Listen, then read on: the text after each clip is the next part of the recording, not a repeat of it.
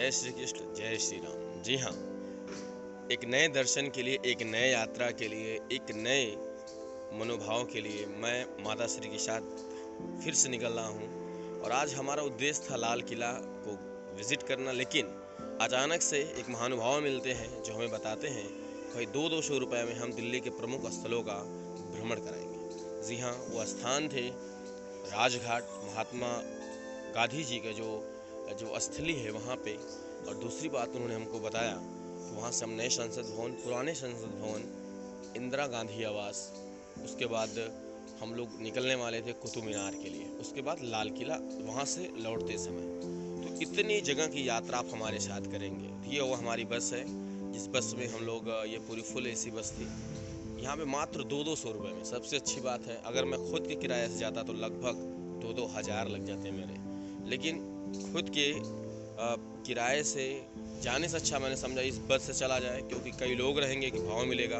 हमने अपनी सीटें ले ली और सीटें लेने के बाद इंतज़ार करने लगे, क्योंकि हमारे आने के बाद भी अभी कुछ सीटें खाली थी, तो यहाँ पे निश्चित तौर पे उन सीटों को भरना था।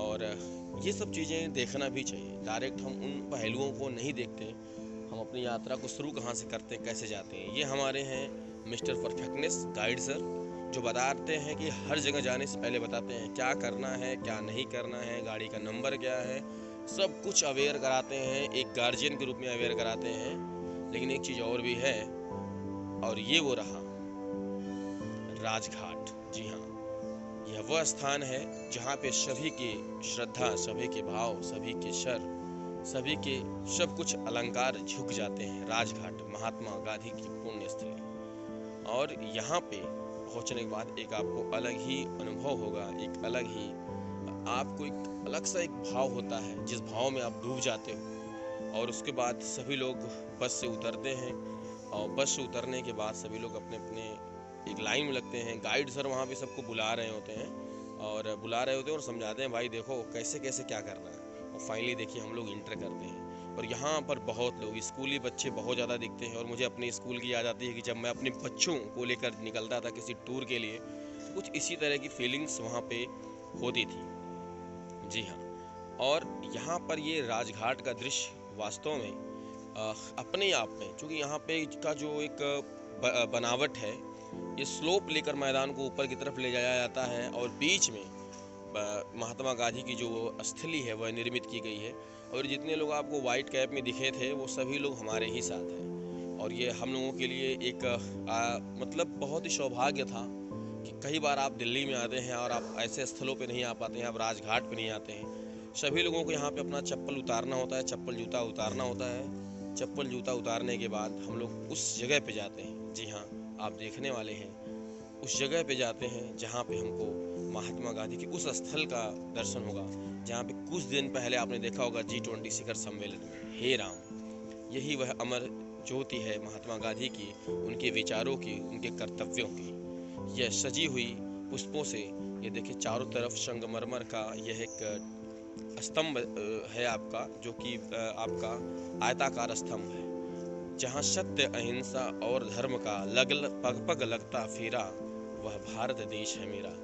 आज उन्हीं के स्थली के चारों तरफ लोग फेरे लगा रहे हैं। और आप देखिए इसमें सभी लोग हैं, सभी लोग, सभी उम्र के लोग हैं, सभी अवस्था के सभी लोग हैं। और कभी गाया करते थे कि जहाँ सत्य, अहिंसा और धर्म का पग पग लगता फेरा, वह फेरे लगाते हुए हम लोग आगे निकले। और यहाँ पर सैलानी लोग बड़े आराम से, और आने भी चाहिए, सैलानियों का भी दर्शन अद्भुत है। यहाँ पे गाइड उनको समझाते हुए इस जगह का महत्व, यहाँ से चौधरी चरण सिंह का जो आपका पुण्य स्थली है वहाँ पे हम लोग गए, वहाँ पे उनका दर्शन किए। चौधरी चरण सिंह का जो हमारे प्रधानमंत्री थे वहाँ पे गए। फिर से अब यह दृश्य है, सभी का जो जमावड़ा वह निकल पड़ता है हमारे दिल्ली के शान कर्तव्य पथ। क्या हार में क्या जीत में, किंचित नहीं भयभीत में, कर्तव्य पथ पर जो मिला यह भी सही और वह भी सही। चलिए चलते हैं, यह है अद्भुत मैदान। जी हाँ, अभी आप देखेंगे आप पहुंच गए हैं हमारी आन बान शान इंडिया गेट। जी हाँ, यह इंडिया गेट है, जहाँ से अभी हम 500 मीटर दूरी पे खड़े हैं। और गाइड सर हमको टाइमिंग दे रहे हैं, आपको इतने टाइमिंग में आ जाना है, आपको यहाँ आ जाना है। आपको इतने समय में आपको पहुंचाना है। ये हमारे गाइड सर हैं, यंग गाइड सर हैं। उसी जगह पे देखिए अपने कामों में मशगूल है, कलाकृति से निपुण ये आदमी अपने भावों में डूबकर चित्र को उकेर रहे हैं। किस तरह से देखिए सज्जा कर रहे हैं और हम लोग फाइनली पहुंचते हैं। जी हाँ, अब मात्र केवल 200 मीटर दूर इंडिया गेट से। और यहाँ पर फिर माता जी, मैंने कहा थोड़ा चल के आइए, आपका एक अच्छा सा वीडियो बनाते हैं। और कुछ भाव देखिए, जैसे लगता है स्वयं भारत माता या स्वयं हृदय की माता चल कर आ रही हूँ। एक मैं रिकॉर्डिंग करते समय मेरे अंदर एक अलग ही फीलिंग आ रही थी कि जैसे एक एक कदम बढ़ रहा हो, जैसे लगता है भारत आगे बढ़ रहा हो या समाज आगे बढ़ रहा हो, किसी का विचार आगे बढ़ रहा हो। बड़े ही आनंद की अनुभूति हुई।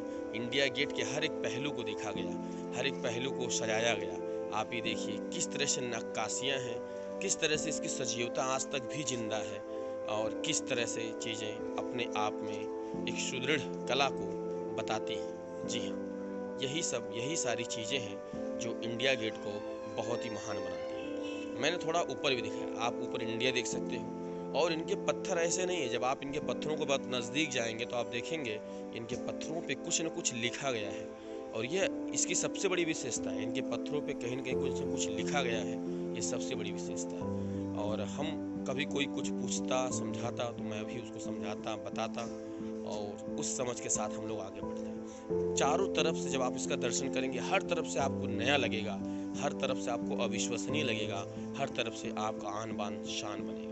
और ठीक उसी के पीछे नेताजी सुभाष चंद्र बोस स्थल है, जो ये सब राजपथ का जो हमारा दृश्य है देखिए। और आप यहाँ पर देखिए इन सब चीज़ों को जब हम लोग प्रवेश कर रहे हैं और उनके पीछे ठीक यह हमारा अमर जवान ज्योति, जी अमर जवान ज्योति जो लगातार जलती रहती है, धधकती रहती है और उन वीरों के सम्मान में अपने आप को प्रणय की तरफ ले जाती है जिन्होंने माता के लिए, भारत माता के लिए बलिदान दे दिया। जी हाँ, यह स्थली है जो बताती है कि भारत अब तक कैसे कैसे युद्धों को लड़ा है, किन किन युद्धों को लड़ा है, हमारे भारत की क्षमता क्या है, हमारे भारत की विषमताओं में समता लाने का दृश्य क्या है। एक से एक यहाँ पर जब आप आते हैं तो आपको प्रत्येक युद्ध सत्यमेव जयते, सभी सेना नायकों के परिचय, उनके ध्वज, उनके चिन्ह यहाँ पे देखने को मिलते हैं। माता जी को इतिहास में उतना निपुणता नहीं, लेकिन जब वो इन दृश्यों को देख रही थी तो एक टक देखती ही जा रही थी कि क्यों ना, क्योंकि ये वही अंश है, वही भाव है। माता तो माता होती है, उनको सब कुछ देखने के बाद पता चलता है। ये युद्ध लड़ा गया, वीरों ने लड़ा, लेकिन वो वीर किसी के भाई थे, किसी के पिता थे तो किसी के पुत्र थे। बहुत सारे संबंधों को उन्होंने ताक पर रखते हुए माँ भारती के लिए कुर्बानी दी। तो एक माँ भी उसी लहजे में, उसी भाव से सारे दृश्यों को देख रही थी। मैं भी बिना रोके टोके उनका वीडियो बना रहा था। फिर इस स्थान पे पहुंचा तो हमारी माता जी को लगा, क्योंकि अमर जवान ज्योति के सामने एक व्यक्ति हमेशा खड़े रहते, तो मेरी माता जी को लगा कि ये एक पुतला है। मैंने समझाया उनको, ऐसा नहीं है, ये एक आदमी है जो सदैव उस अमर जवान ज्योति की सुरक्षा, उसकी शपथ की रक्षा करते हैं। और माता जी का भाव अचानक से उड़ गया, उन्होंने अपना हाथ ऊपर कर दिया। आप लोगों ने देखा अभी पीछे, बिना बताए उनका हाथ ऊपर उड़ गया। स्वयं भारती उनके अंदर विराजमान थी। मैंने पूछा ऐसा, तो उन्होंने इशारा किया कि मुझे भी नहीं पता था। फिर हम लोग धीरे धीरे इस स्थल से निकले और ये सामने का आप जो देख रहे हैं, जो राउंड ट्रिप बना, इसमें सभी जवानों के, वीर शहीदों के नाम लिखे गए हैं, जो आपने भी देखा। और उसके बाद हम लोग पहुँचते हैं नए संसद भवन और पुराने संसद भवन, और बगल में ही राष्ट्रपति भवन। तीनों का हम लोगों ने बारीकियों से दर्शन किया, क्योंकि अभी चूँकि फ़िलहाल में ये जो नया संसद भवन है, पुराना संसद भवन है, को बाहर से ही दर्शन करने की अनुमति मिली, बिना पास के आप नहीं जा सकते हैं। उसके बाद हम लोग पहुंच गए थे श्रीमती इंदिरा गांधी, यानी आयरन लेडी के नाम से फेमस, उनके आवास पे, उनके उस आवास पे जिस आवास पे कुछ लोगों द्वारा उनकी जीवन लीला को ख़त्म कर दिया गया। अपने अंतिम समय में जब उनकी हत्या की गई, यही वह साड़ी थी और यही वो पर्स था, यही उनका छोटा सा फुटवेयर, जो चप्पल कहते हैं, उन्होंने पहना था। क्योंकि यह आप कभी इसलिए नहीं देख पाते हैं क्योंकि हमेशा तब अखबार में ब्लैक एंड वाइट छपता था और रंग नहीं हम देख पाते थे। और ये पूरा नेहरू परिवार का फैमिली ट्री है यहाँ पे। आप लोग देखिए, इसका दर्शन करिए। और आप जब अंदर जाते हैं तो आपको यहाँ पर बहुत सारी चीज़ें दिखाई देती हैं। आप एक एक चीज़ों को देखते हैं, समझते हैं, पूरे उनके परिवार का। ये देखिए, आप देख सकते हैं कि उनके पूरे परिवार का यहाँ पर किस तरह से चीज़ें दिखाई गई हैं। संपूर्ण परिवार की विरासतों को दिखाया गया है, पूरा भाव दिखाया गया है। और पूरा जो ये आपका ये स्थल है, ये आवास है, पूरा इनके जीवन परिचय से, जी हाँ, पूरे गांधी परिवार के जीवन परिचय से, और मुझे लगता है मोतीलाल नेहरू जी से प्रारंभ होकर अंततः जो राजीव गांधी जी हैं, उनके इतिहास तक की घटनाएं इसमें वर्णित हैं। और उनके खानदान के 3 लोग अभी भी, सोनिया गांधी, राहुल गांधी, प्रियंका गांधी, ये 3 गांधी व्यक्तित्व अभी भी आपके हमारे सामने लगातार भारत की कुशल राजनीति को आगे ले जाने के लिए प्रयासरत है। तो ये कहानी इसमें आपको पूरी, अगर आप यहाँ पे आना चाहें तो पूरा बाकायदा 2 घंटे का समय लेकर आएँ। याद रखिए, यह 20 मिनट 10 मिनट में देखने वाली चीज़ें नहीं है, क्योंकि हम लोग थोड़ा सा जल्दबाजी कर दिए। यहाँ पर कम से कम आप आएँ तो 1.5-2 घंटा लेकर आएँ। आपको पूरे भारत के जो पूर्व राजनीतिक इतिहास है उसका दर्शन हो जाएगा। तो ये चीज़ आप लोग समझें। तो हम लोग, क्योंकि अभी कुछ देर बाद यहाँ पे आप जब बाहर जाएंगे तो वह जगह भी आपको देखने को मिलेगी, वह गेट भी देखने को मिलेगा जिस गेट पे श्रीमती इंदिरा गांधी जी की हत्या हुई थी। तो कई सारी चीज़ें थी, कई सारे वहाँ पे थे, ये उनके सामान थे, उनकी कुशलता थी। मैं आपको बता रहा हूँ तो आपको कुछ यहाँ पे बेझिलता हो सकती है, एक ही जगह पे वीडियो रुकी हुई है, लेकिन ऐसा नहीं है। ये देखिए किस तरह से इंदिरा गांधी खेलती हुई, एक माँ भी थी, एक पत्नी भी थी, लेकिन उसके बावजूद भी।